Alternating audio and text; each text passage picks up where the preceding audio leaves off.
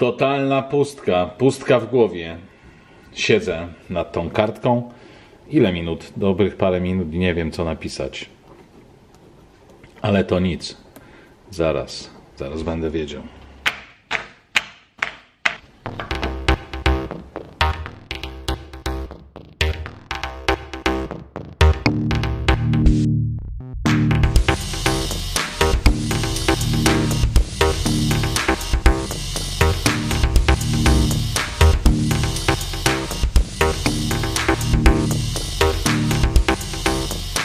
Trochę to jest sprzeczne,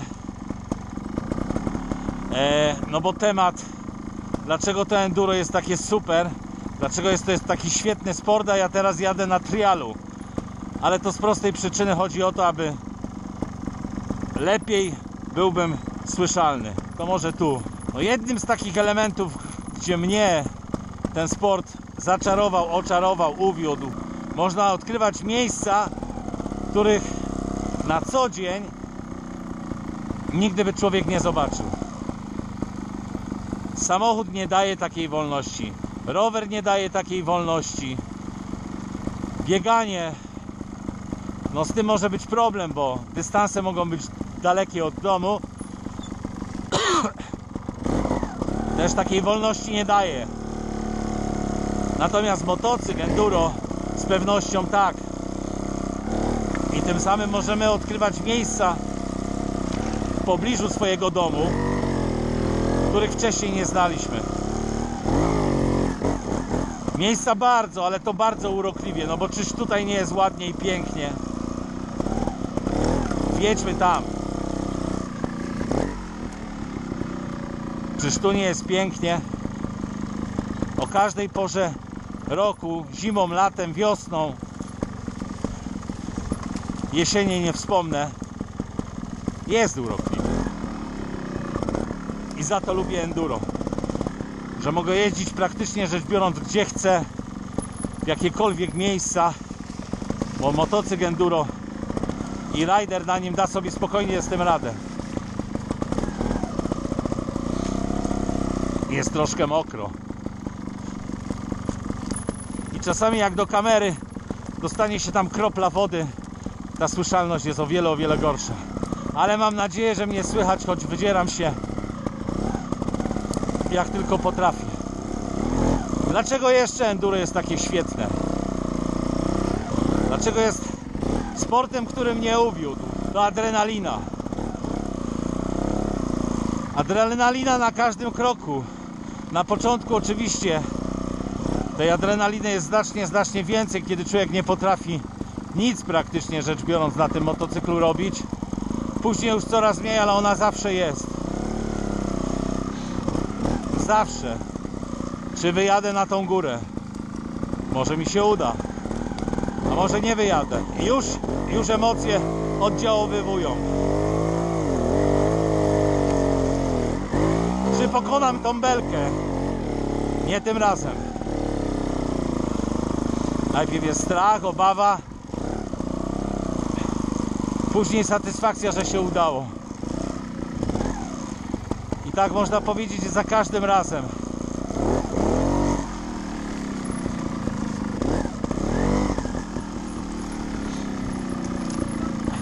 Adrenalina. Adrenalina na treningu, adrenalina na początku, adrenalina później na zawodach.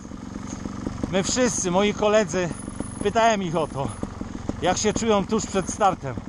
Marek, jakie ja mam nerwy, padał Carlos. Denerwujesz się? Wcale nie, byłem 2 razy w toj-toju. Nie wiem czy za mało nie było to. Ja. Wziąłeś se kanapki? Ja i kawa w termosie mam, ale nie wiem czy to radio odświeżyć, bo mu ciasno nakrętka na wierzchu, to jak 2 gumy, żeby się nie rozlewało. Ja mam... Adi, najtrudniej wystartować, później już jakoś leci. To na zawodach. Adrenalina jest później w nowym terenie, w terenie, w którym człowiek nie jeździł, bo u siebie to wiadomo, każda ścieżka jest znana i tak cały czas. Adrenalina przy skokach. Ależ idzie ten mój trialek. Super. Za co jeszcze lubię enduro?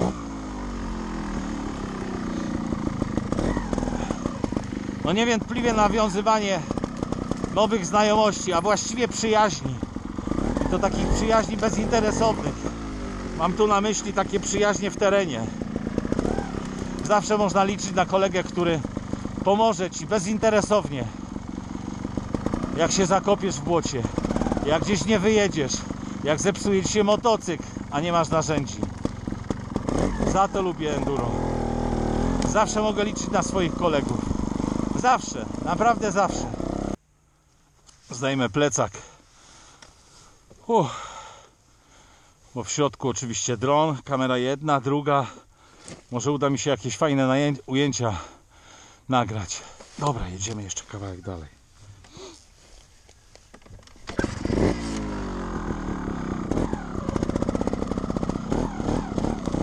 Co jeszcze takiego lubię w enduro?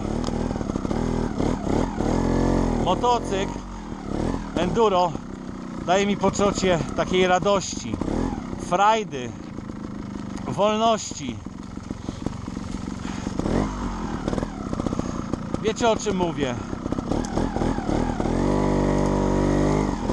To jest super.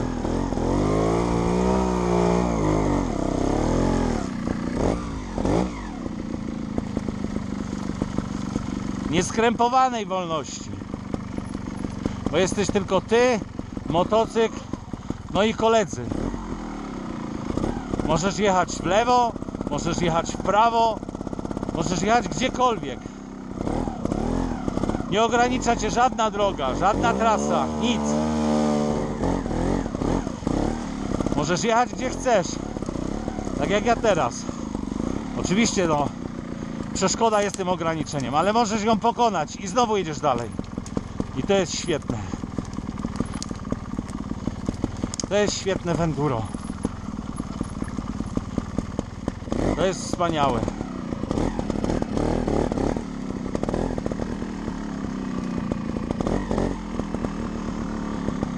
Mała stójka.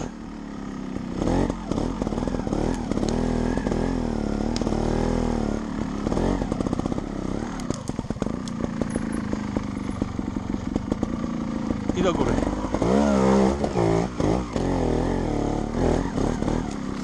W enduro również bardzo uwielbiam to, że po powrocie do domu mam zresetowany mózg.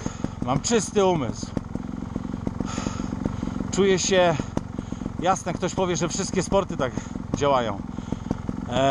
Czuję się taki oczyszczony, ale nie wszystkie, bo kiedyś trenowałem amatorsko oczywiście, rower, na którym jeszcze do dzisiaj jeżdżę, basen, pływanie, inne sporty i te sporty nie wymagają takiego skupienia podczas ich uprawiania. W momencie, kiedy jeździsz na rowerze, można myśleć o czymś innym.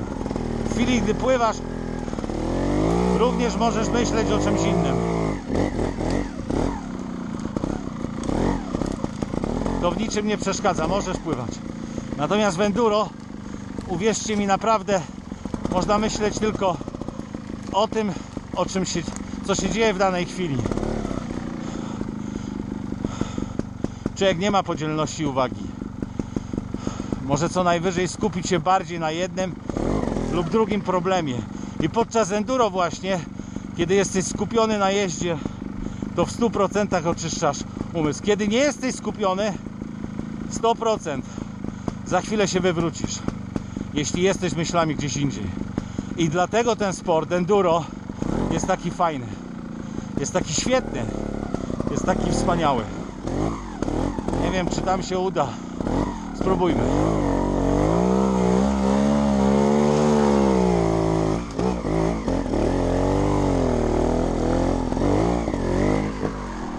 Udało się. Za co jeszcze lubię ten sport? No niewątpliwie za możliwość majsterkowania przy motocyklu. Czyli również spotykania się z kolegami, aby ktoś nauczył cię wymieniać oponę, bo musisz to umieć. Mycia motocykla, przecież każdy facet to lubi. a i kobiety również. Dokręcania śrubek, dbania o ten motocykl. Człowiek jest coraz lepszy manualnie. Kształci się, dowiaduje się czegoś. Uwielbiam enduro, kocham enduro. Są dwa minusy tego hobby. Pierwszy to jest to sport bardzo drogi. Bardzo drogi jak na polskie warunki. I młodzi ludzie często piszą do mnie, jakby, nie wiem, zazdroszcząc nam, może nieodpowiednie słowo. Też by chcieli tak jeździć. Nie myślę tutaj o technice. Natomiast nie stać ich na motocykl. Ale nie od razu Rzym zbudowano. My jesteśmy facetami w średnim wieku i dopiero teraz, kiedy już człowiek ma rodziny, poniekąd odchowane dzieci, co niektórzy, teraz mogą sobie pozwolić na taki inny motocykl i my też staramy się oszczędzać na wszystkim. A w związku z tym, mając 15 lat, nie trzeba zaczynać od razu od tych drogich sprzętów. Nie trzeba. I to jest ten minus. Drogi sport. Kolejny, nie mniej ważny minus to kontuzje. Czasami bardzo niebezpieczne. Złamana ręka czy noga to nic takiego. Wybity bark, da się z tym żyć. Natomiast bywają bardziej niebezpieczne kontuzje. Na to trzeba uważać. Bardzo uważać. Niech człowieka nie ponosi fantazja łańska. Siły na zamiary. Tak. I kolejny minus tego sportu. Nie jesteśmy lubiani. I trudno się z tym dziwić. Trudno się z tym zgodzić, że nie jesteśmy lubiani przez innych ludzi. Niszczymy środowisko, hałasujemy. Ostatnio jak byliśmy w Rumunii, jeżdżąc trasami zawodów Regiment 13, one się chyba odbywały 4 czy 5 lat z rzędu. I tam można było zobaczyć i doświadczyć faktycznie, jak enduro niszczy przyrodę. Jasne, ona się odbuduje po iluś tam latach, odbuduje się, wyrosną nowe drzewka, nowa ściółka, ale faktycznie niszczymy i to bardzo. Drogi sport. Drogi nie tylko w samym zakupie, ale również w utrzymaniu.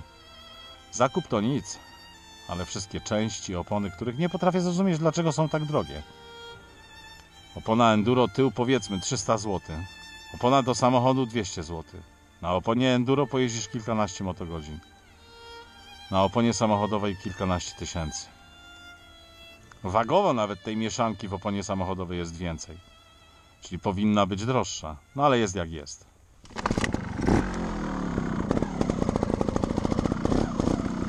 Kocham enduro. Enduro to również hormony szczęścia. To endorfiny, które się wydzielają. Naprawdę, na każdym kroku.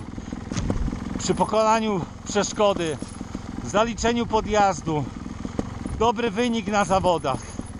Widoki, które człowiek może oglądać, niezapomniane widoki. To wszystko to jest szczęście. A to w jaki sposób uwalnia nasz umysł, mózg. Poprawia nastrój, humor.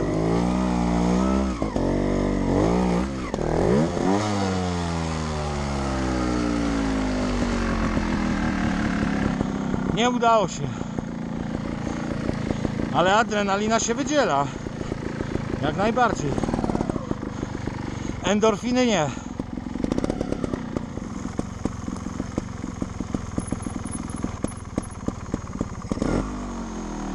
Tak, jeśli macie jeszcze jakieś inne że enduro jest cool, to piszcie. Może to poszerzy w jakiś sposób naszą społeczność. Trzymajcie się. Hej!